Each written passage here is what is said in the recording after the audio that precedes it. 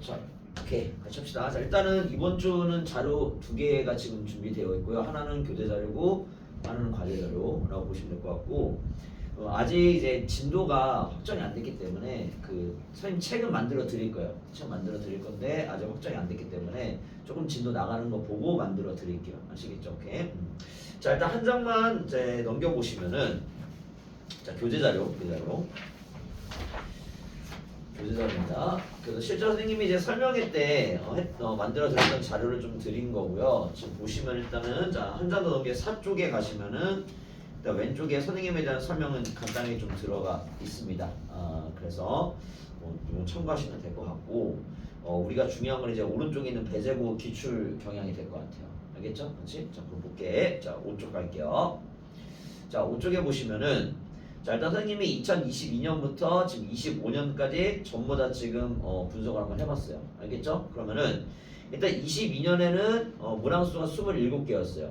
그 다음에 23년에는 30문항, 24년에는 28에서 30문항, 그 다음에 25년 작년입니다. 33에서 35문항입니다. 자, 딱 확연하게 보이죠? 문항수가 어때? 지금 점점 늘어나고 있어요.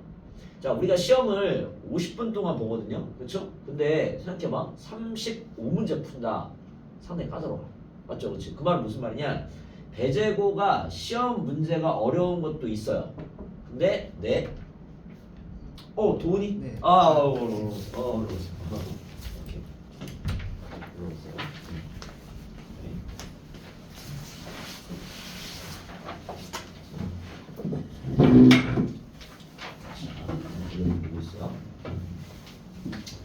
자, 다시. 자, 우리 도훈이랑 그다음에 성인이랑 연우랑 이제 시험을 봐야 되는데 배제고 시험을 그치? 그래서 배제고가 시험 자체가 어려운 것도 있어요. 근데 지금 보면 알겠지만 문제 수도 많아요. 자, 문제 수가 많다는 건 무슨 말이냐?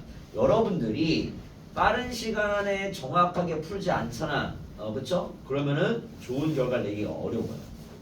무슨 말 알겠죠? 그쵸? 그걸 이해하시면 될 것 같고 그 다음에 자, 객관식하고 이제 서술형, 단답형이 있는데 자, 배제고 참 특이한 게 있습니다. 자, 뭐가 있냐면 여러분들 22년, 23년까지는 그래도 괜찮았어요. 뭐 서술형 한번 나오거나 단답형 한번 나오거나. 그치? 근데 24년부터 어때요 지금? 서술형 몇 점짜리 생겼어 지금? 10점짜리 생겼지. 맞죠? 그치? 그래서 지금 24년, 25년 둘 다 서술형이 100점짜리가 10점짜리가 있고 좀 이따가 실제 어떻게 나왔는지를 보여드릴 거야. 맞죠? 그치? 그래서 결국 이 10점짜리를 얼마나 잘 푸냐가 등급을 가른다고 볼 수 있을 것 같아요. 이해가 될까요? 더군다나 서술형이기 때문에 여러분들 입장에서는 정확하게 안 쓰면 감점이야. 그쵸? 그리고 10점에서 만약에 진짜로 최악의 경우 10점을 날렸다. 그럼 이거 구분이 끝나는 거예요. 아시겠죠? 오케이. 그래서 이 배점이 중요하다라고 보시면 될 것 같고 그 다음에 자, 또 특이한 게 뭐냐면 여러분들 자, 교과서랑 교과서 아닌 거의 비중입니다. 그치? 그랬을 때 교과서는 10에서 40% 정도가 출제가 되고요. 교과서가 아닌 데에서 대다수가 출제가 됩니다. 물론 쌤 교과서가 아닌 게 이렇게 많아요? 90%가 교과서 아닌 거예요? 자, 이거는 전부 다 안 알려주고 시험 내는 건 아니고요. 우리가 학교는 프린트를 주시거나 혹은 모의고사 출제가 된단 말이야.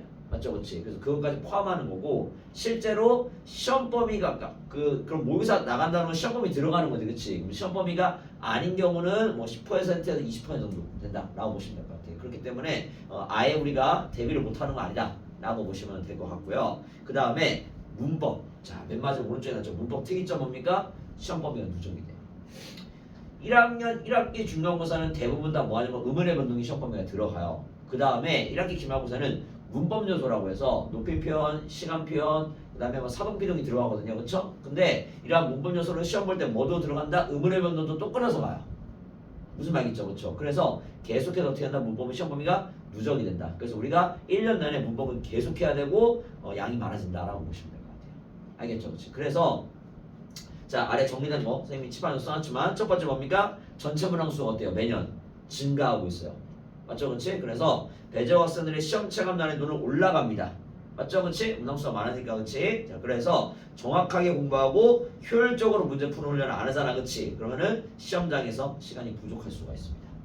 맞죠? 그렇지? 그다음 두 번째 고난도 외부 지문을 활용을 해요. 그래서 일단은 모의고사 고1, 고2, 고3 모의고사 활용하고요. 그 다음에 자 여러분 놀라면 안 됩니다. 5급 PST 혹시 들어봤어요 여러분들? 행정고시라는 시험 들어봤을 거 혹시? 맞죠? 행정고시의 1차 시험이 PSAT야. PSAT, PSAT이라고 하는데 이거의 지문도 가져오십니다. 알겠죠? 그래서 쉽지 않아요. 그 다음 마찬가지 고3 EBS 수능특강 문학이나 그 다음에 28학년도 수능 예시문항까지. 그러니까 이 수능특강 문학이나 예시문항 전부 다 누구를 위한 문제냐면은 고3을 위한 문제야. 알겠죠? 그렇지? 그렇기 때문에 배제고 같은 경우는 고3 것도 활용한다 라고 보시면 될 것 같아요. 알겠죠? 오케이. 그 다음 세 번째, 문법은 시험 범위가 누적이 돼서 출제가 돼요. 그래서 교과서 문법 내용뿐만 아니라 학교 선생님이 또 별도로 문법자를 제공합니다. 그래서 점점 누적이 된다라고 보시면 될 것 같고요. 그 다음에 맞아 네 번째, 서술형 1학 한 문항의 배점이 몇 점이라고요? 10점이야. 알겠죠? 그렇지? 그래서 사실상 등급을 가르는 문제로 볼 수 있고 정확하게 적지 않으면은 감점 나오거나 오답 처리입니다. 그쵸? 그래서 너무나도 치명적이야. 아시겠죠? 오케이. 자 됐어요. 그다음 한 장만 넘길게. 이쪽에 가서. 자 그럼 전체적으로 선생님이 일단은 자 여러분 알다시피 작년에 여러분 교과서 바뀌었어요. 그쵸? 지금 여러분 동아 최도 교과서 쓰는데 작년에 교육과정이 바뀌면서 작년부터 문제가 바뀐 거고 그래서 작년 걸 좀 더 집중적으로 분석을 해놨어요. 알겠죠? 그렇지? 그래서 자 먼저 총평 및 시험 기회 잠깐 볼게. 자 이번 배제물 국어 시험은 정확한 개념 이해와 복합적 적용 능력을 동시에 평가하는 데 중점을 둔 변별력이 높은 시험이었습니다. 자 특히 문법 영역에서는 여러 의문규칙이 중첩되어 나타나는 사례를 정확히 분석하는 문항들이 다수 출제되어 상위권과 주위권을 가르는 핵심적인 역할을 했습니다. 다음 문학 영역에서는 교과서 기본 작품들을 바탕으로 하되 외부 지문 및 보기와의 연계를 통해 작품을 다각적으로 감상하고 비판하는 능력을 요구했고 독서, 비문학 역시 지문의 내용을 단순히 이해하는 것을 넘어 구체적인 사례에 적용했고 하고 그 다음에 종합적으로 추론하는 문항이 출제되어 깊이 있는 독해력을 측정하고자 하는 의도가 돋보였습니다. 마지막으로 전반적으로 단순 암기로는 고득점이 어려우며 각 영역의 기본 개념을 충실히 다진 후 이를 실제 문제에 적용하는 꾸준한 훈련이 되어 있는 학생에게 유리한 시험이었습니다. 라고 우리가 확인할 수가 있을 것 같아요.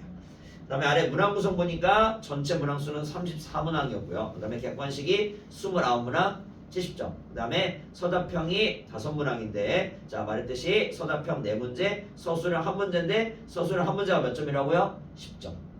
알겠죠? 그치? 그 점들이 좀 주의해야 된다라는 말씀을 좀 드립니다.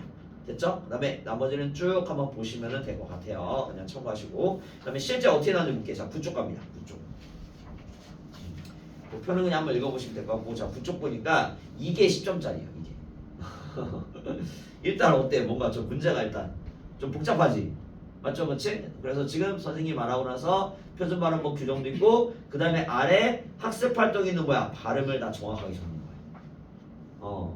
여러분들 쉬워 어려워? 사실상 좀 어렵습니다. 알겠죠? 그치? 그래서 선생님이랑 이번에 의문의 변동이 시험 범위가 들어갈 거기 때문에 계속해서 뭐 할 거냐? 이렇게 적는 연습할 거야. 아시겠죠? 발음을 정확하게 적는 연습을 해야 돼요. 안 하면은 이런 문제 못 풉니다. 아시겠죠? 그쵸? 그래서 이런 식으로 10점짜리로 나오니까 여러분들이 얘를 사실상 다 맞아야지만 1등급으로 가는 거야. 알겠죠? 물론 이 부분 점수가 있긴 해요. 부분 점수가 있긴 하지만 사실상 얘를 다 맞지 못하면은 1등급 받기 좀 어렵다라는 말씀을 좀 드려요. 아시겠죠? 그쵸? 그래서 이런 문제 연습할 거다라고 보시면 될 것 같고요. 그래서 이번 주는 테스트 받고요. 다음 주부터는 테스트를 볼 건데 그 테스트를 볼 때 선생님이 이런 식으로 문제를 만들어서 다 제공할 거야. 아시겠죠? 그쵸? 이렇게 되고 난 넘어갈게요. 자 마찬가지 의문의 변동 복합 사례 똑같습니다. 발음을 정확히 아냐 모르냐 라는 걸 묻는 문제였고요. 그 다음에 마지막 세 번째로는 고전소설의 현대적 각색인데 기본적으로 자 고전소설의 교과서에 있는 고전소설을 현대의 시나리오로 바꾸는 그러한 내용을 문제를 했다라고 보시면 될 것 같아요. 그래서 이런 것들도 상당히 좀 중요하게 출제가 되는 거니까 그러니까 이거는 뭐냐면 결국에는 문학을 재창조하는 거거든요. 그러니까 원래는 고전소설을 시나리오로 바꾸는 거니까 재창조하는 거야. 재가공을 하는 거야. 알겠죠? 그치? 그래서 이런 것들이 상당히 작품에 대한 깊이 있는 이해가 있어야만 하는 거야. 알겠죠? 그치? 그래서 이렇게 좀 깊이 있게 물어본다 라고 보시면 되겠습니다. 이해가 될까요? 알겠죠? 그치? 그래서 선생님이 문자로도 보내드렸죠? 동원아 문자로도 봤죠? 그치? 그치? 연우야 문자 봤지? 그치? 못 봤어 연우야? 네? 연우 문자 무슨 문제요? 선생님 문자 보냈는데 네, 봤어요. 봤죠? 그치? 그래서 여러분 한 번씩 보고 오라고 말씀드렸고, 그치? 그 다음 한 번 더 설명을 드렸으니까 여러분들이 좀 열심히 해가지고서 좋은 방향으로 가면 좋겠다라는 말씀을 좀 드립니다. 알겠죠? 오케이, 좋아요. 자, 그 다음 오른쪽 11쪽에 자, 수업도 좀 간단하게 좀 말씀을 좀 드릴게요. 자, 마찬가지 수업하고 테스트인데 이번 주는 테스트가 없어요.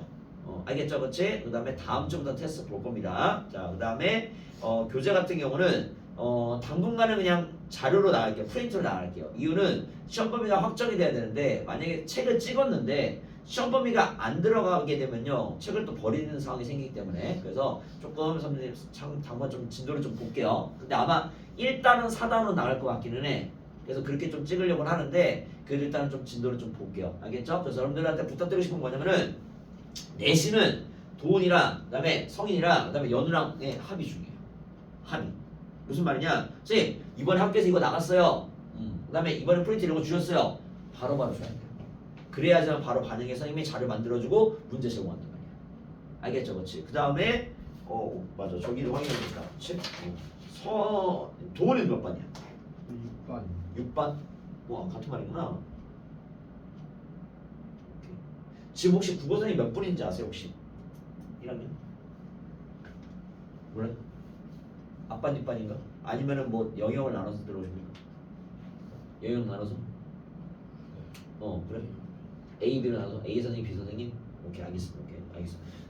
선생님 조금 더 확인해볼게. 알겠죠? 그치? 이렇게 하시고 자 그래서 지금 교재랑 과제 선생님 만들어 제공할 거다 라고 보시면 될 것 같고 그 다음에 재시험하고 클리닉이 지금 되어 있는데 일단은 말씀드렸듯이 우리는 좀 효율적으로 공부를 할 거야. 그래서 가급적이면 일요일 동안에 집중적으로 공부할 겁니다. 그래서 9시부터 12시까지는 수업하고 그 다음에 테스트 보고 이렇게 하고 그 다음에 12시부터 1시까지는 남겨서 오늘 배운 내용 그치? 그 주에 배운 내용을 암기시킬 거야.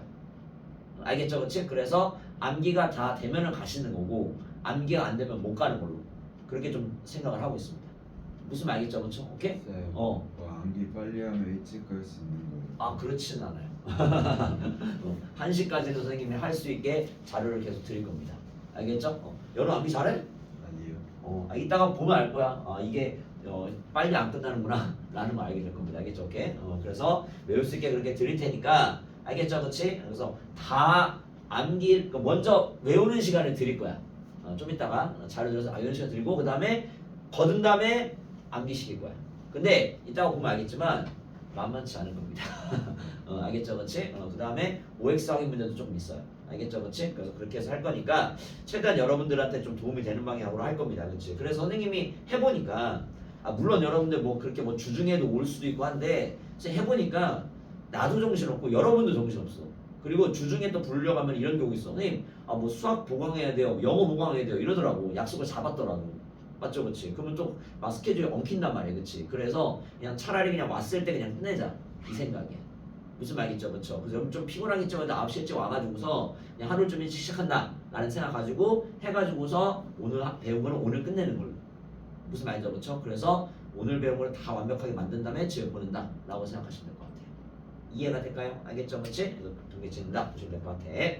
그래서 그 아래에 있는 요런 거야. 요런 거. 그러니까 요런 식으로 빈칸을 만들고 지금 아래 있잖아. 아래 1번, 2번, 3번, 4번 빈칸 있지 그치? 요거 다 채우고 갑니다. 그래서 결코 빨리 할 수가 없을 겁니다. 알겠죠? 그치? 그래서 외우 시험 먼저 드릴 거야. 알겠지? 오케이 됐어요. 그 다음 넘어갈게. 자, 그 다음에 오늘도 이제 여러분 받아보서 알겠지만 이런 식으로 다 정리된 자료 드릴 거야. 그리고 보면 알지만 옆에 뭐 있어? 기출이라고 돼 있지. 기출. 맞죠? 그래서 이거는 자, 이 기출되어 있는 거는 배제고 기출도 포함되고요. 그 다음에 여러분들이 지금 동아 최도어를 쓰고 있는데 이 동아 최도어를 쓰는 학교가 배제고만 있지 않습니다.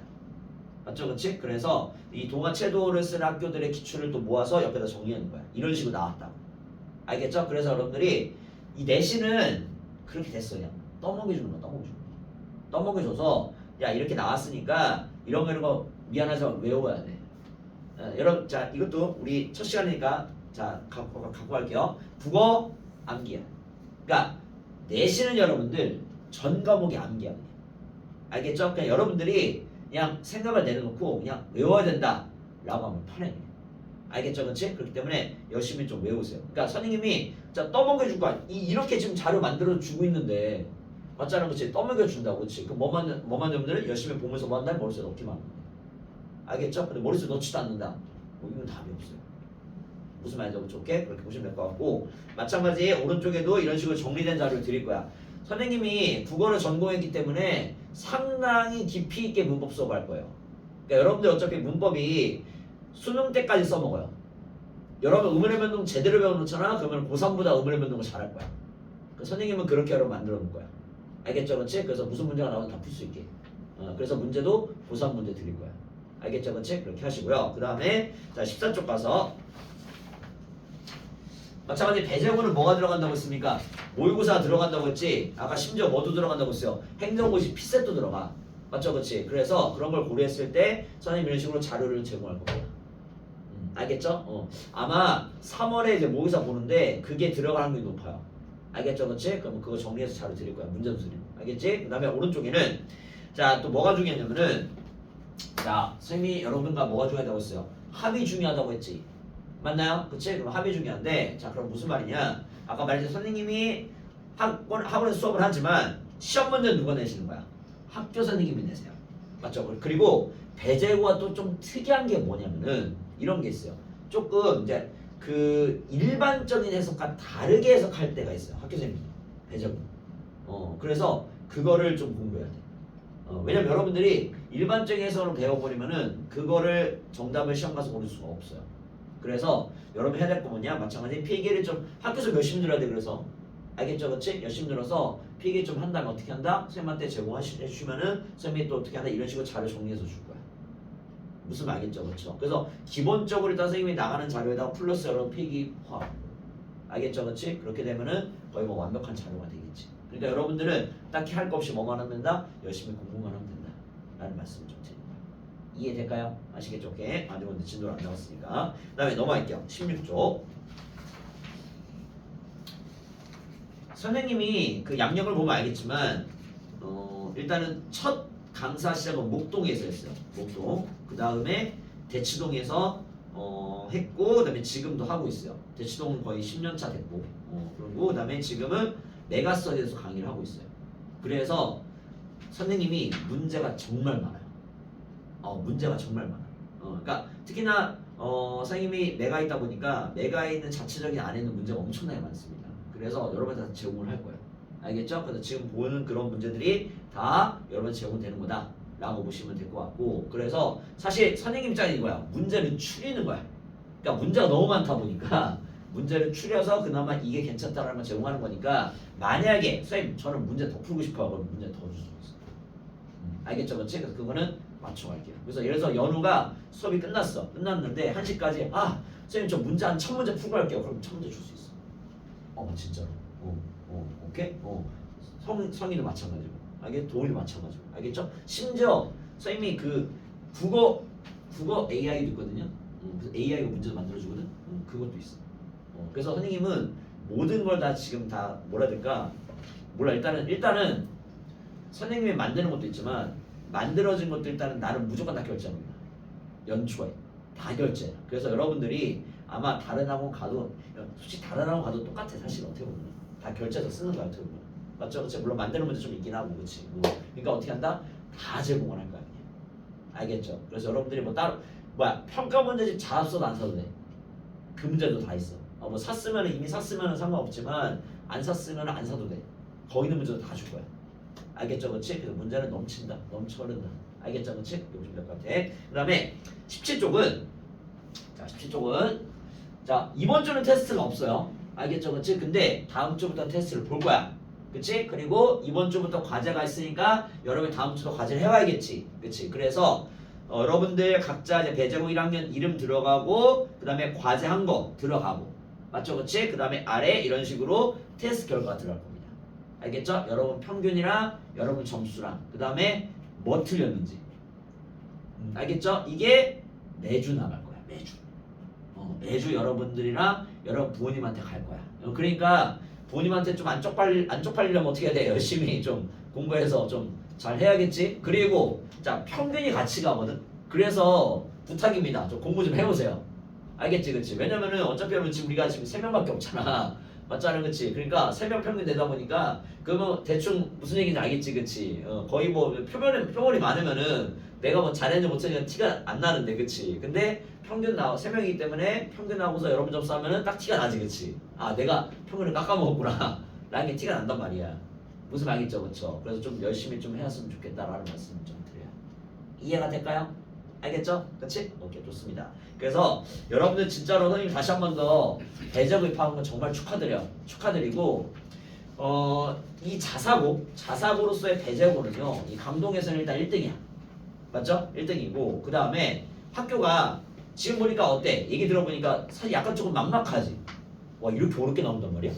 그쵸? 소수령은 심지어 10점으로 나오면 약간 막막할 수 있어. 근데 선생님이 가르쳐 보니까 자사고 친구들이 결국에는 잘해요. 그러니까 이게 처음에는 좀 힘들거든. 뭐 할 거 많지. 시험도 왜 이렇게 어렵지 않은데 이게 다 여러분한테 엄청난 자산이에요. 엄청난 자산이 돼서 여러분들이 실력이 쭉쭉 향상이 돼요.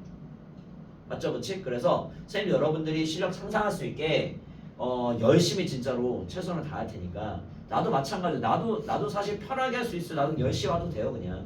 맞죠? 선생님 오늘도 나 7시 반에 왔거든, 여기. 7시 반에 와서 여러분 추울까봐 히터도 틀어놓고, 그치? 그 다음에 다 세팅하고 인쇄하고, 그치? 칠판에도 써놓고, 맞죠? 이렇게 준비하고 있어요. 알겠죠, 그치? 그래서 여러분들 위해서 최선을 다할 거니까 부탁은 진짜로 여러분들 떠먹여주는 거야, 진짜로. 진짜 떠먹여주는 거야. 알겠죠, 그치? 근데 이거를 못 떠먹는다? 그러면 이거는 좀 아닌 것 같아. 알겠죠, 그치? 그러니까 최선을 다해서 다 갖다 드릴 테니까 여러분은 완벽하게 그냥 공부하면 된다 라는 말씀 좀 드리고, 그 다음에 지금 사실 선생님 폰으로 촬영을 하고 있어요. 촬영하고 있습니다. 그래서 마찬가지 뭐 괜찮아. 얼마 안 나와. 촬영하는 이유는 또 뭐냐면은 여러분들이 수업 내용을 복습하고 싶을 수 있잖아. 맞잖아, 그치? 그러면은 복습할 수 있게 영상도 선생님 유튜브 링크로 해서 다 매주 제공을 할 거야. 그래서 이거를 뭐 처음부터 다시 다 보라는 게 아니라 복습하다 보면은 좀 이해가 안 되는 부분이 있을 거 아니야, 그치? 그럼 그런 것들 다시 볼 수 있게 제공이 되는 거니까 그렇게 알고 있으면 될 것 같아요. 무슨 말인지 알겠죠, 그렇죠? 그래서 우리 한번 열심히 해가지고서 3명 다 한번 1등급 가봅시다. 맞죠? 지금 1학년 몇 명이지? 430명 정도? 그 정도요? 그러면은 10%면은 43등 안에 들면 돼요. 그러면은 할만하지 않아? 와, 뭐야? 아니 43등이니까 할만하지 않아? 원래는 4%였어, 4%. 4%였으면 16등 안에 들어야 돼. 그래 1등급이야, 그쵸? 근데 이제는 10%가 1등급이니까 43등 안에만 들면 되잖아. 맞잖아, 그치? 할 수 있을 것 같은데. 아니야? 힘들어. 국어. 맞잖아, 그치? 그래서 최선을 다해가지고 한번 해보게 부탁을 드린다라는 말씀드리고, 첫 중간고사가 되게 중요해요. 그래서 첫 중간고사를 잘 보시게 되면은 충분히 여러분들이 더 많은 걸 이룰 수가 있어요. 아시겠죠, 그렇죠? 그래서 그렇게 만들어 드릴 테니까 좀 열심히 좀 믿고 좀 따라와라 라는 말씀을 좀 드립니다. 알겠죠? 그래서 중간중간 선생님이 연락도 드릴 거야. 동원아 공부 잘하고 있니? 그 과정 어디까지니? 확인할 테니까, 그렇지? 그래서 좀 하시기 부탁을 드립니다. 됐죠? 오케이. 자, 그럼 공부 좀 해야겠지? 그치? 자, 진도로 갈게요. 자, 18쪽 갑니다. 18쪽. 자, 18쪽. 오늘은 그래도 여러분들 뭐 이게 많이 어려운 거 안 할 거야. 알겠죠? 그치? 그러니까 편안하게 들으면 될 것 같아. 알겠지? 자, 일단은 먼저 첫 번째 문학의 갈래부터 볼게요. 자, 문학의 개념입니다. 인간의 사상이나 감정, 삶의 진리, 가치 있는 경험 등을 언어를 매개로 하여 형상화하는 예술 양식을 말한다 라고 보시면 될 것 같아. 자, 여러분 거기 일단은 형상화 좀 동그라미 쳐놓을게요. 형상화.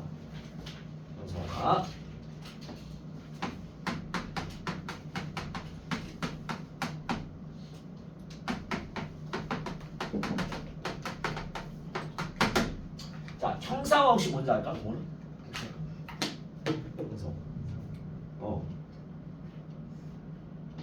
자, 오케이. 자, 선생님이랑 수업할 때는 여러분들이 수업 들으면서 모르는 단어가 없어야 돼. 그 말은 무슨 말이냐? 만약에 수업을 듣다가 선생님 이 단어 모르겠어요라고 하면요, 그냥 자유롭게 질문하세요. 알겠죠, 그렇지? 그래서 이 국어라는 과목이 결국 똑같아요. 일단 출발점은 뭐야? 어휘야. 맞죠? 내가 어휘를 모르면요, 문제 안 풀리고요, 글도 안 익혀. 여러분 우리가 영어 공부할 때 일단 가장 먼저 하는 게 뭐야? 뭐예요? 단어 외우잖아. 맞잖아. 단어 모르면 읽어 못 읽어. 아예 못 읽잖아. 해석 안 되잖아. 그치? 똑같아. 근데 생각보다 여러분 국어를 어휘 공부를 잘 안 하세요. 그쵸? 왜 안 하는 거야? 그냥 귀찮으니까. 맞죠? 그치? 그래서 모르는 어휘가 없어야 돼. 그러니까 시험 범위가 나오겠지. 배제고 그치? 그럼 배제고 시험 범위 안에서 여러분 모르는 어휘가 없어야 돼. 거기 있는 어휘는 다 알아야 돼. 무슨 말 있어? 오케이? 그럼 형상화는 뭐냐? 여러분 자 거기 써놓을게. 여기다가 오케이.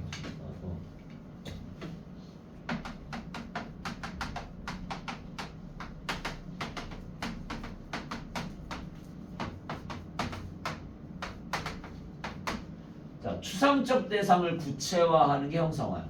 자, 그럼 무슨 말이냐? 자, 이것도 어려워. 추상적 대상을 이렇게 생각하면 돼요.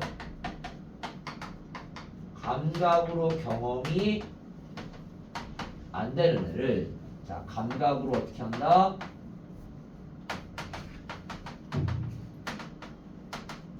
경험하게 한다. 이게 추상화야. 이게 형상화. 그럼 무슨 말이냐?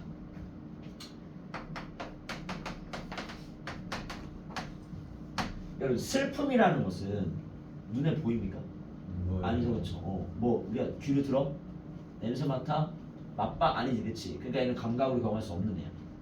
맞죠, 그렇지? 그래서 이 슬픔을 뭐로 표현한다? 우리가 이런 식으로 눈물로 표현한다. 그럼 눈물은 뭐야? 우리 눈에 보이지? 맞죠, 그렇지? 이런 게 형상화야. 그래서 시는 여러분들 어떤 감정과 정서를 전달하거든요. 그러니까 문학은 어떤 감정과 정서를 전달하는데 그걸 어떻게 하냐 이런 식으로 형상화는 구체화하는 방법을 통해서 표현한다 라고 보시면 됩니다. 알겠어요? 오케이, 좋아요. 다음 6개. 자, 문학의 갈래 갑니다. 내용과 형식상의 공통점, 차이점을 바탕으로 하여 문학작품들을 유형별로 묶는 문학적 관습을 말한다. 문학의 갈래는 크게 역사적 갈래와 이론적 갈래가 있으며 일반적으로 말하는 문학의 갈래는 이론적 갈래를 가리킨다 돼 있습니다. 자, 역사적 갈래 볼게요. 역사적으로 실제하였던 구체적이고 개별적인 문학의 종류를 말하는데 이 역사적 갈래보다는 이론적 갈래가 더 중요합니다. 이론적 갈래는 뭐냐? 기본 갈래 또는 관념적 갈래라고도 한다. 이거 설명 보니까 모든 역사적 갈래를 유형화한 것으로 서정, 서사, 극, 교술의 사분법 체계가 널리 통용됩니다. 자, 거기 서정, 서사, 극, 교술 좀 볼게요. 서정, 서사, 극, 교술. 자, 그다음에 아래 문학의 사분법 체계 있죠? 요거 별판 한번 칩니다. 문학의 사분법 체계. 자, 총 몇 개 있다? 4개 있고 여러분 그래서 교과서 보면 아시겠지만 어떻게 됐어? 지금 순서가 서정갈래 먼저 나오고 서사갈래 나오고 극갈래 나오고 교수갈래 나오게 돼 있어요. 알겠죠? 순서랑 그렇지? 자, 먼저 서정갈래부터 볼게.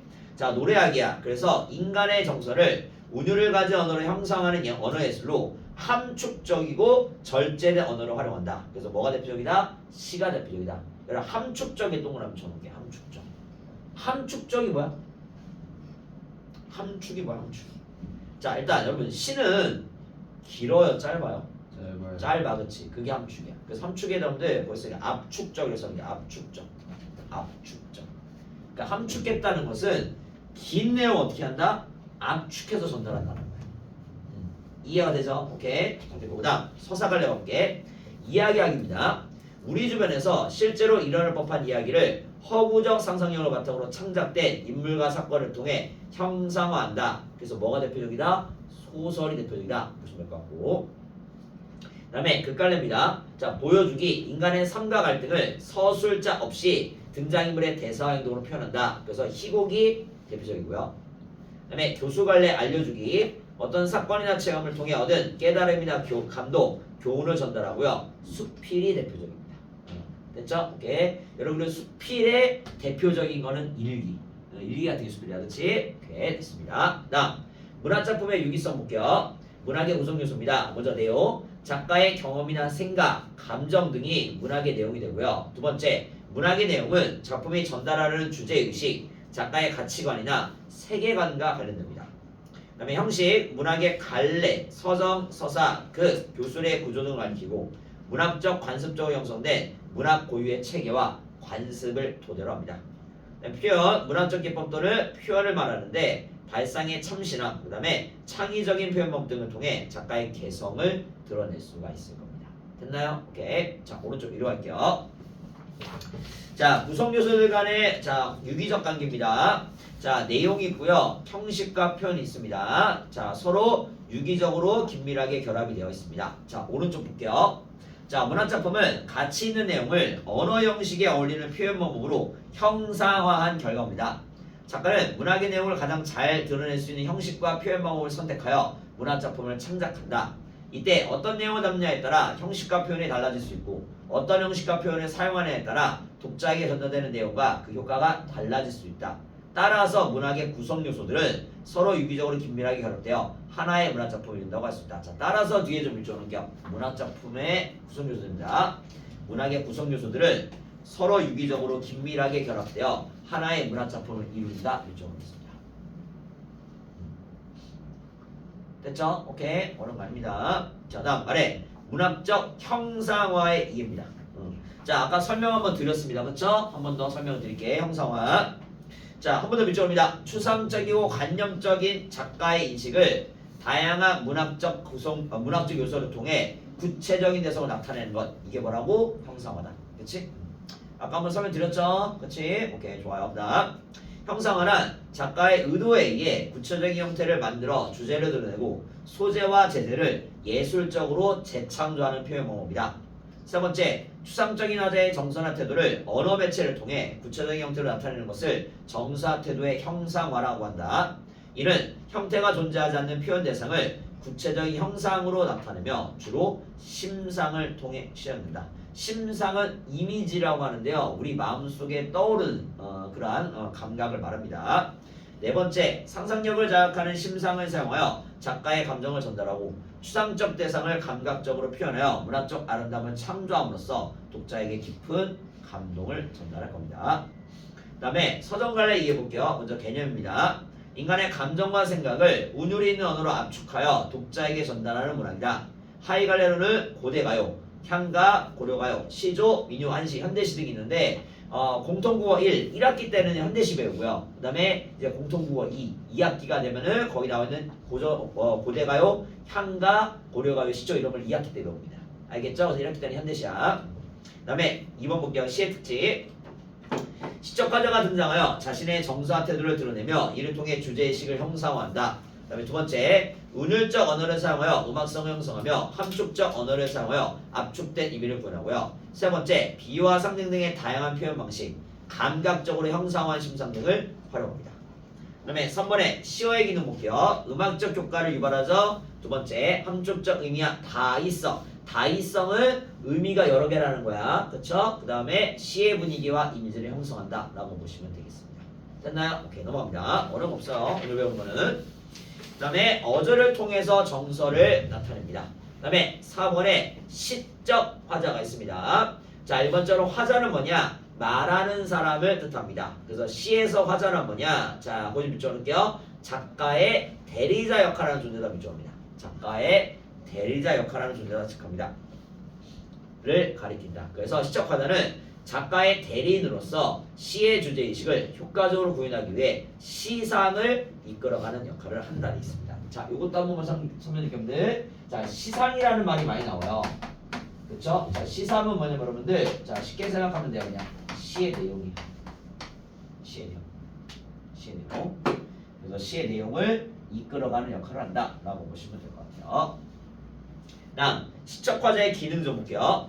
자, 소설의 서술자처럼 어떤 상황이나 사건을 알려주는 역할을 하고요. 두 번째, 작가가 표현하고자 하는 감정이나 느낌, 정서를 효과적으로 전달하고, 세 번째, 작가의 가치관이나 세계관 등이 시적 화자의 태도와 정서에 반영되어 작품의 주제를 드러냅니다.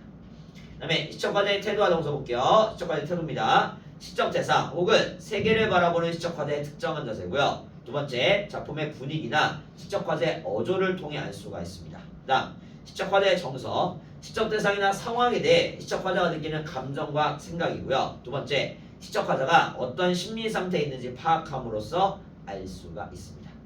그 다음에 5번에 시의 운율 볼게요. 자, 운율은 시를 읽을 때 느껴지는 음악적 특징이다. 명시적이지는 않지만 작품 전체를 하나로 통합하고 질서를 부여하는 내재율과 시의 표면에 뚜렷하게 나타나는 규칙적인 운율인 외형률로 나눌 수가 있습니다. 자, 운율 형성 한번 볼게요. 같은 소리, 단어, 구절, 문장의 반복, 그 다음에 유사한 문장 구조의 반복, 그 다음에 일정한 글자 수의 반복, 일정한 음보 수의 반복, 의성어와 의태어의 사용인데 여러분 음보는 뭐죠? 음보는 일정 음보를 반복하는 음보가 뭡니까? 아 맞아 그렇죠. 띄어쓰기라기보다는 좀 더 정확히 말씀은 자 아무도 써는 게 여기다가 끊어 있는 말이야. 음보는 끊어 있는 말이야. 끊어 있는 말. 자 그럼 무슨 말이냐? 여러분 우리가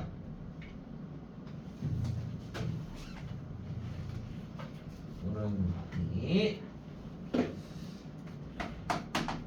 자 아리랑 아라리요 이렇게 있죠. 맞아 그렇지? 자 그럼 이몇 번 끊어 이거? 아 그렇죠. 아리랑 아라리요. 그럼 얘는 몇은 뭐야? 여기 뭐 성분 이게 뭐야? 알겠어요? 오케이? 자, 그 다음 여러분 거기 의성어랑 의태어 있잖아. 의성어 의태어 합쳐서 뭐라고 하지? 두 개 합쳐서? 아 맞죠 그렇지. 그래서 우리가 음성 하고 여기 뭐가 있다? 의성어랑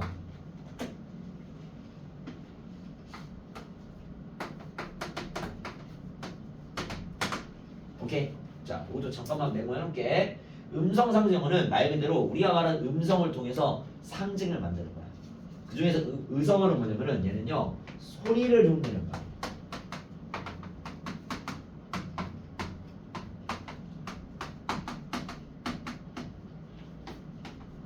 자, 예를 들면은 뭐가 있다는 거야? 뭐가 있다? 멍.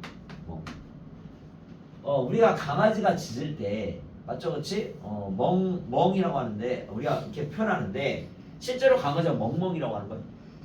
미음 이응인데 실제로 멍멍이 아니지, 그치? 근데 우리가 그렇게 흉내낸 거지, 그치? 그게 의성어야. 그러니까 음성을 통해서 이런 좀 개소리를 상징해낸 거야. 알겠죠, 그치? 오케이, 그런 거고. 그다음에 의태어는 자 뭐냐면 모양이나 움직임을 흉내는 말이야. 오케이. 한 번 더 잘 써놓을게. 메모해놓을게. 자 예를 들면 이런 거지. 깡총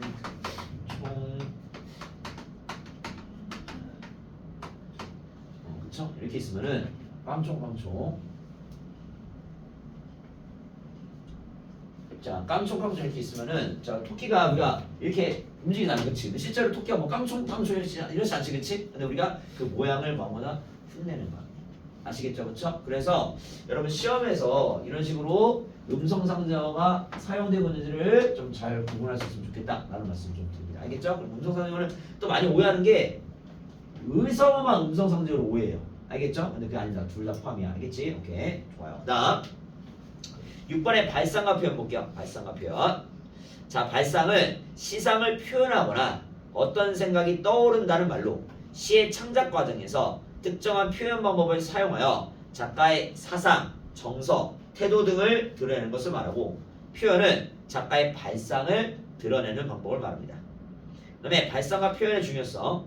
시는 산문보다 길이가 짧으면서도 함축적인 언어로 의미를 전달하기 때문에 발상과 표현의 참신성은 시의 분위기를 형성하는 것은 물론 주제를 형상화하는데 중요한 역할을 합니다. 그 다음에 주요 표현 기법인데 자 오른쪽 위로 가볼게요. 자 먼저 비유. 표현하고 하는 대상 그걸 뭐라고 한다? 원관념이라고 하고요. 그 다음에 그와 유사한 다른 대상이 보조관념이 돼요. 이거는 좀 맵네요. 자 빗대어 표현하는 방법. 그래서 직유법, 은유법, 의인법, 화류법, 대유법, 풍유법 등이 있는데 이거 좀 이따가 선생님이 하나씩 다시 한번 볼 거야. 알겠죠? 그 다음에 상징은 추상적인 사물이나 관념 또는 사상을 구체적인 사물로 표현하는 방법이고요. 그 다음에 반어는 전달하고자 하는 생각이나 자 의도와 반대로 표현하는 방법입니다. 그 다음에 역설은 겉으로는 모순되고 이치에 맞지 않지만 그 이면에 어떤 진리, 진실을 담아내는 방법이에요. 그래서 이것도 잠깐만 설명드렸는데 자 일단 한 번 더 설명을 드릴 건데 자 여러분들 반어랑 역설도 많이 좀 헷갈려요. 반어 역설도 그렇지? 그러면은 반어는 뭐냐? 자 겉으로 드러난 거랑 속으로 표현된 거랑 어떻게 된 거다? 반대가 되는 거야. 알겠죠? 그렇지? 이것도 잠깐만 써놓을게. 오른쪽에다가 빈공간에 자 예를 들어 자 우리 이런 거야. 선생님께서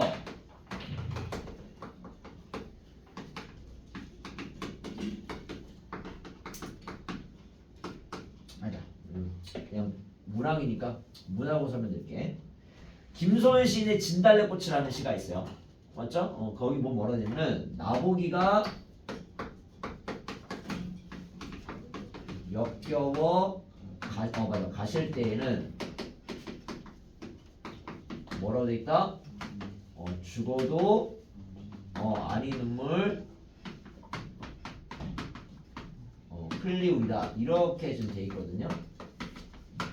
그렇죠? 그러면은 지금 좀 표현이 그렇지. 그러니까 내가 보는 게 싫을 수는 있어, 그렇죠? 근데 내가 보는 게 역겹대. 이게 좀 그렇지. 그래서 그런 상황에서 나를 떠난단 말이야, 그렇지? 근데 죽어도 눈물을 안 흘리겠대. 맞죠, 그렇지? 근데 진짜로 눈물 안 흘릴까? 나는 누가 나를 역겹다고 하면 나는 눈물 날 것 같은데.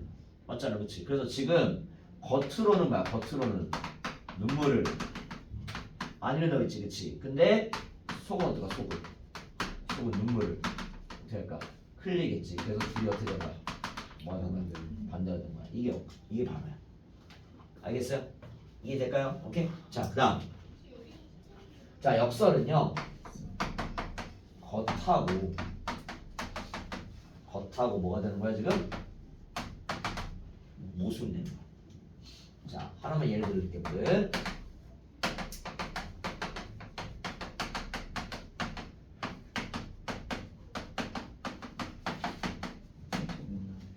여러분 찬란한 건요 플러스 이미지 그치? 오케이? 그 다음에 슬픔은 마이너스. 그래서 지금 어떻다는 거야? 자 찬란하면서 슬프기 어렵지. 슬프면서 찬란하기 어렵습니다. 그치? 그래서 뭐가 되는 거 지금? 모순. 알겠죠? 그치? 그래서 우리가 이렇게 역설이랑 반어를 구분한다. 그래서 주의해야 돼요. 얘는 겉과 속이 달라. 얘는 겉과 겉이 모순된다. 여러분 그리고 모순은 뭐냐면은 이런 거야. 모자가 어떤 방배도 뚫을 수 있는 창 모자야. 그 다음에 수는 어떤 창도 막을 수 있는 방패순이야. 여러분 근데 그러면은 어떤 방패도 뚫을 수 있는 창이랑 어떤 창도 막을 수 있는 방패랑 둘이 양립하는 게 가능해 보이니? 불가능해. 그게 무슨 거야? 맞죠? 여러분 그렇잖아. 찬란해. 슬퍼. 두 개 양립 원래 되는 거 안 되는 거야? 안 되지, 그렇지? 그래서 못 쓰는 거야. 그게 역설인 거야. 그래서 오히려 역설은 찾기 쉬워. 역설은 왜? 딱 봐도 뭐야? 그래서 뭐 따뜻한 얼음. 역설이지, 그렇지? 맞잖아. 두 개 양립이 안 되잖아, 그렇지? 역설은 찾기 쉬워. 근데 오히려 뭐가 어렵다? 반어가 어려워. 왜? 반어는 겉은 드러나 있지만 뭐는 안 드러나 있어 지금. 속만 안 드러나 있거든. 그래서 여러분들이 생각보다 반어를 많이 들어요. 반어를. 그래서 이것도 같이 좀 연습할 거야. 알겠죠? 계속. 나 감정이입 볼게. 감정이입.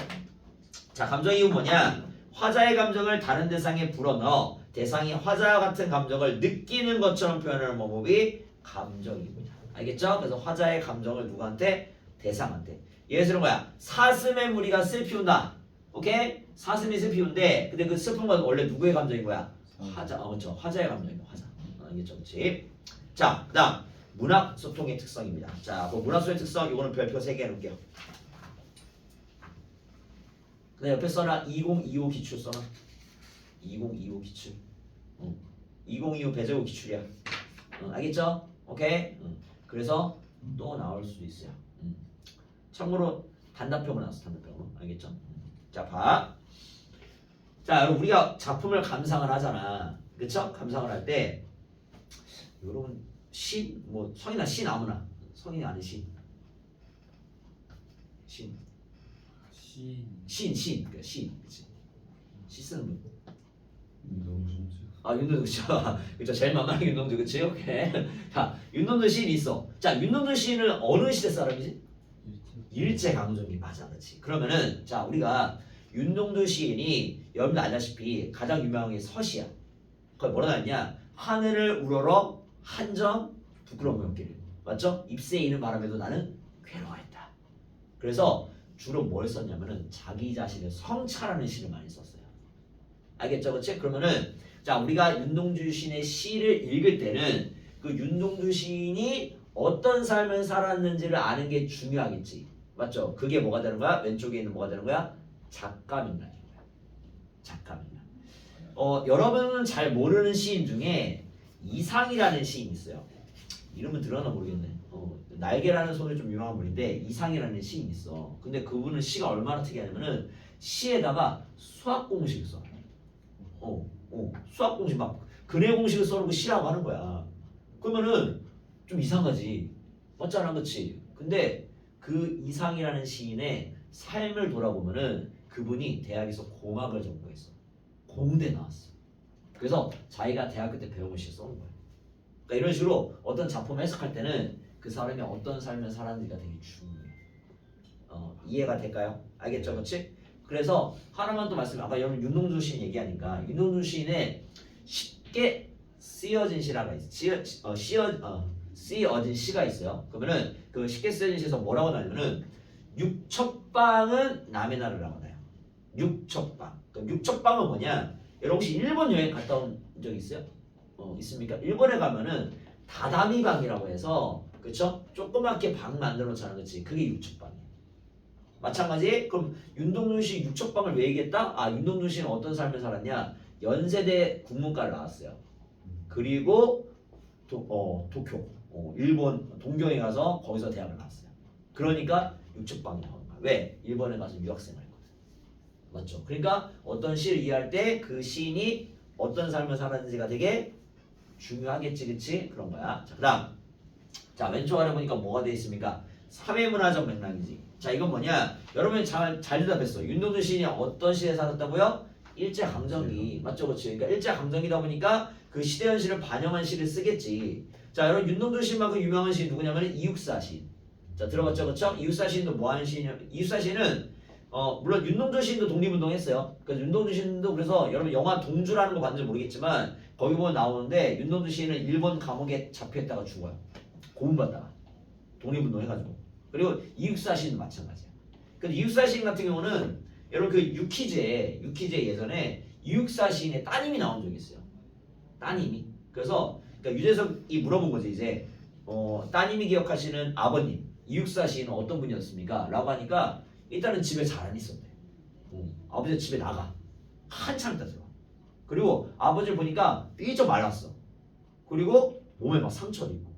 그럼 왜 그런 거냐? 나가서 뭐 했겠어? 독립운동 했겠지, 그치? 그다음 뭐 할까? 붙잡혔겠지, 그치? 그래서 뭐 하겠어? 고문당했겠지, 그치? 그래서 그런 기억이. 그러니까 어릴 때는 잘 몰랐는데 지나고 보니까 아버님이 그랬겠구나 라는 생각이 든다는 거야. 맞죠, 그치? 그러니까 이런 식으로 시대적 배경이 중요하겠지, 시를 읽을 때. 맞죠? 그래서 이육사 시는 일제강점기에 저항하는 내용의 시를 썼다고. 왜? 일제강점기였기 때문에. 이해가 될까? 알겠죠? 그 다음 오른쪽에 독자 맥락인데, 자, 독자 맥락은 뭐냐? 작품 감상에 영향을 미치는 독자의 상황, 배경 지식, 경험 등을 말해요. 자, 그럼 이거 무슨 말이냐? 자, 독자 맥락 같은 경우는 여러분들이 이런 거지. 우리는 윤동주 시인이나 이육사 시인의 시를 읽을 때 더 많이 공감하겠지. 맞죠? 왜냐면 우리 조상님들이 나라를 빼앗긴 거잖아. 그치? 그러니까 우리가 더 많이 공감을 하겠지. 맞죠? 그치? 그런데 반대로 생각해보면 일본인들이 읽으면 공감할까 못할까? 못하겠지. 맞잖아, 그치? 혹은 중국인 읽으면 공감 못하겠지, 그치? 그러니까 누가 읽느냐에 따라서 해석이 달라진다는 거야. 받아들이는 게 달라진다는 거야. 이해될까? 오케이? 그거다. 다음 마지막 문화사적 면허는 뭐냐? 창작 당시의 문학사적 경향, 그 다음에 다른 작품과의 관계 등을 말하는데, 자, 마찬가지 뭐 일제강점기에 일본에 저항하는 내용의 시가 많이 쓰였다. 그럼 그게 문학사적인 경향인 거야. 그래서 그런 경향 속에서 이육사 시인이나 윤동주 시인의 시가 있다 라고 보는 거지. 그 다음에 이육사 시인의 시랑 윤동주 시인의 시도 비교해 볼 수도 있겠지. 똑같은 일제강점기인데 어떻게 표현되는지가 다를 거 아니야, 그치? 그런 것들이 우리가 문화사적인 맥락이다 보시면 될 것 같아요. 자, 다음 아래 감상 아래 화살표 가볼게요. 자, 문학은 작품을 둘러싸고 있는 작가 맥락, 독자 맥락, 사회 문화적 맥락, 문학사적 맥락 등이 다층적으로 작용하는 특성이 있습니다. 그렇죠? 그러니까 하나만 영향을 주는 게 아니라 여러 개가 동시에 다양하게 영향을 주는 겁니다. 맞죠? 그다음 문학 소통 효과 볼게요. 다양한 맥락을 고려하여 작품을 능동적으로 감상을 하고요. 두 번째, 문학 작품을 창작하고 작품의 아름다움과 가치를 평가하고, 그다음에 옆에 보니까 주체적이고 능동적으로 문학 작품을 감상할 수 있다라고 보시면 되겠습니다. 됐죠? 어려움 없습니다. 자 넘어가서 자 22쪽. 자 22쪽 보면은 자 거의 22쪽 안에 빈 공간 있점들 자 거기 좀 적으면서 좀 들어주세요. 자 이게 뭐라 그러는지 자 일단은 자 우리가 작품 있어. 자 작품이 있으면은 자 이 작품과 관련해서 자 작가명만 말했지 그치? 그래서 우리가 결국에는 작품은 그 작가 어떤 삶을 사는지가 되게 중요하단 말이야 그치? 그래서 그걸 뭐라고 한다 우리가 작가가 작품을 뭐 한다?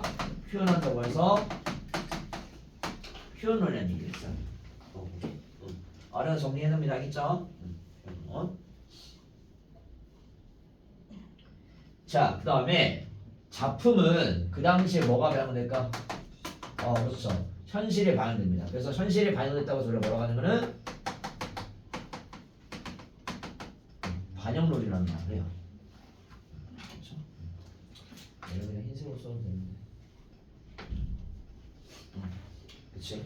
그다음 이어서 자 우리가 이 작품을 받아들이는 게 독자마다 다르다고 했지. 맞죠, 그렇지? 그래서 독자가 어떻게 받아들이냐가 뭐가 된다? 표현론이 된다. 그래서 방금 전에 말했던 작가 맥락 이게 그러니까 뭐가 되니? 이게 작가 맥락, 그렇지? 그 다음에 얘가 뭐가 되는 거야? 사회문화적 맥락, 그렇지? 그래서 얘가 작가 맥락. 그 다음에 얘가 뭐가 되는 거야? 사회 문화적 맥락. 그 다음에 얘는 뭐가 된다? 독자 맥락이 됩니다.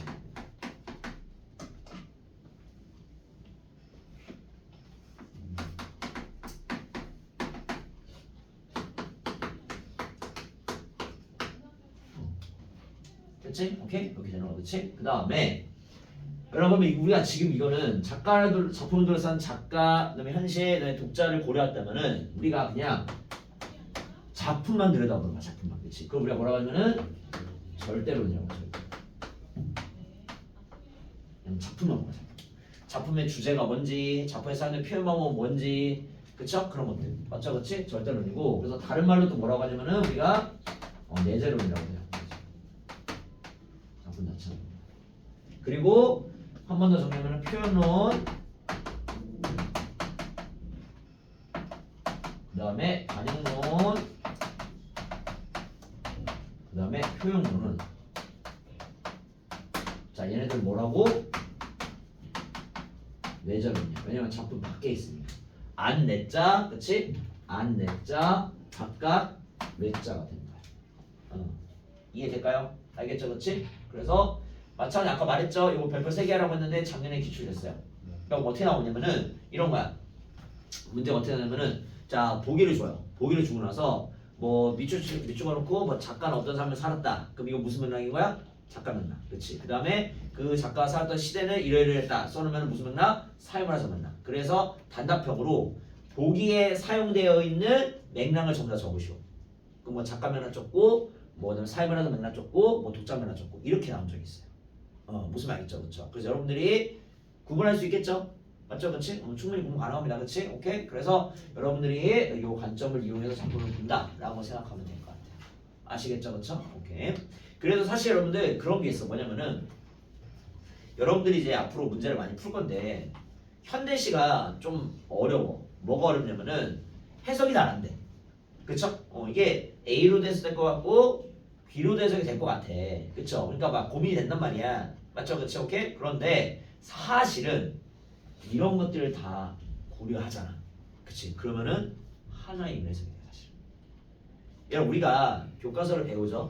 그쵸? 그거 배우면은 교과서에도 어떤 시어가 나오면은 이 시어는 어떤 의미를 갖고 있습니다. A라는 의미를 갖고 있습니다. 이렇게 우리가 배우잖아. 그치? 그러면은 아니 선생님 여러분 그랬죠. 아니 선생님 이거는 A 말고 B로도 해석이 되잖아요. 아 맞아. 해석이 되긴 해. 근데 사실 조금 더 열심히 공부하잖아. 그치? 그러면 뭐로만 쓴다? A로만 쓰면 돼 사실. 그쵸? 그래서 여러분도 마찬가지야. 이게 쌤도 되게 조심스러운 게 뭐냐면은 여러분들이 항상 이 문학을 할 때 선택지를 판단할 때 맞죠? 결국 우리 문제 풀어야 되잖아. 그치? 그러니까 작품은 공부하는 거고 우린 결국 뭐 해야 돼요? 문제를 풀어야 되잖아. 문제를. 맞잖아. 그치? 그러면은 그 문제를 풀는 입장에서 봤을 때 뭐가 중요하냐면은 결국에는 공부를 많이 해서 정확하게 판단을 해야 돼요. 그러니까 지금도 선생님이랑 지금 사실 뭐 하는 거냐면은 지금 뭐 배우는 거냐면 문학에 대한 뭐 배우는 거야 지금. 개념을 배우는 거야. 그러면 얘가 뭐가 되는 거야? 이거 뭐가 되는 거야? 무슨 기준? 무슨 단기 맞죠? 그러니까 작가 맥락이 뭔지, 사회문화적 맥락이 뭔지, 독자 맥락이 뭔지를 판단 기준이 있어야 문제를 풀겠지. 알겠어요? 그래서 이 판단 기준을 머릿속에 잘 정립하고 기억해 놔야 돼. 그러면 그거 가지고 어떻게 한다? 문제 푸는 거야. 자, 좀만 쉬었다 이제 표현기법도 할 건데 표현기법도 똑같아. 의법이 뭔지, 서리법이 뭔지를 정확히 판단 기준이 있어야 돼. 그래야지만 그거 가지고 어떻게 하는 거야? 문제를 푸는 거야. 선생님 이 말을 왜 접근하냐면은 배제고는 아까 말했죠. 교과서에 없는 것도 된단 말이야. 맞죠? 그치? 그러면은 시험 끝나고 항상 얘기하는 거냐면 선생님 교과서 안 나와서 틀렸어. 안 배워서 틀렸어 하는데 아니야. 배운 거야. 배운 건데 배운 거를 교과서에 없는 작품으로 물어보는 것 뿐이야. 이해가 될까요? 알겠죠? 그치? 그냥 쫓고 하나도 없어. 진짜로 안 배운 건 안 돼요. 그러니까 여러분들한테 진짜로 안 배운 건 안 된다고. 그러니까 물론 그러니까 맞지? 선생님 안 배운 작품이 맞아. 안 배운 작품은 하지만 문제 자체가 아예 안 배운 내용 붙진 않아요. 무슨 말인지 그렇죠? 그러니까 그런 관점 좀 좁혀내라 라는 말씀을 좀 드립니다. 네. 알겠어요? 오케이 좋아. 조금만 쉬었다가 펴볼게.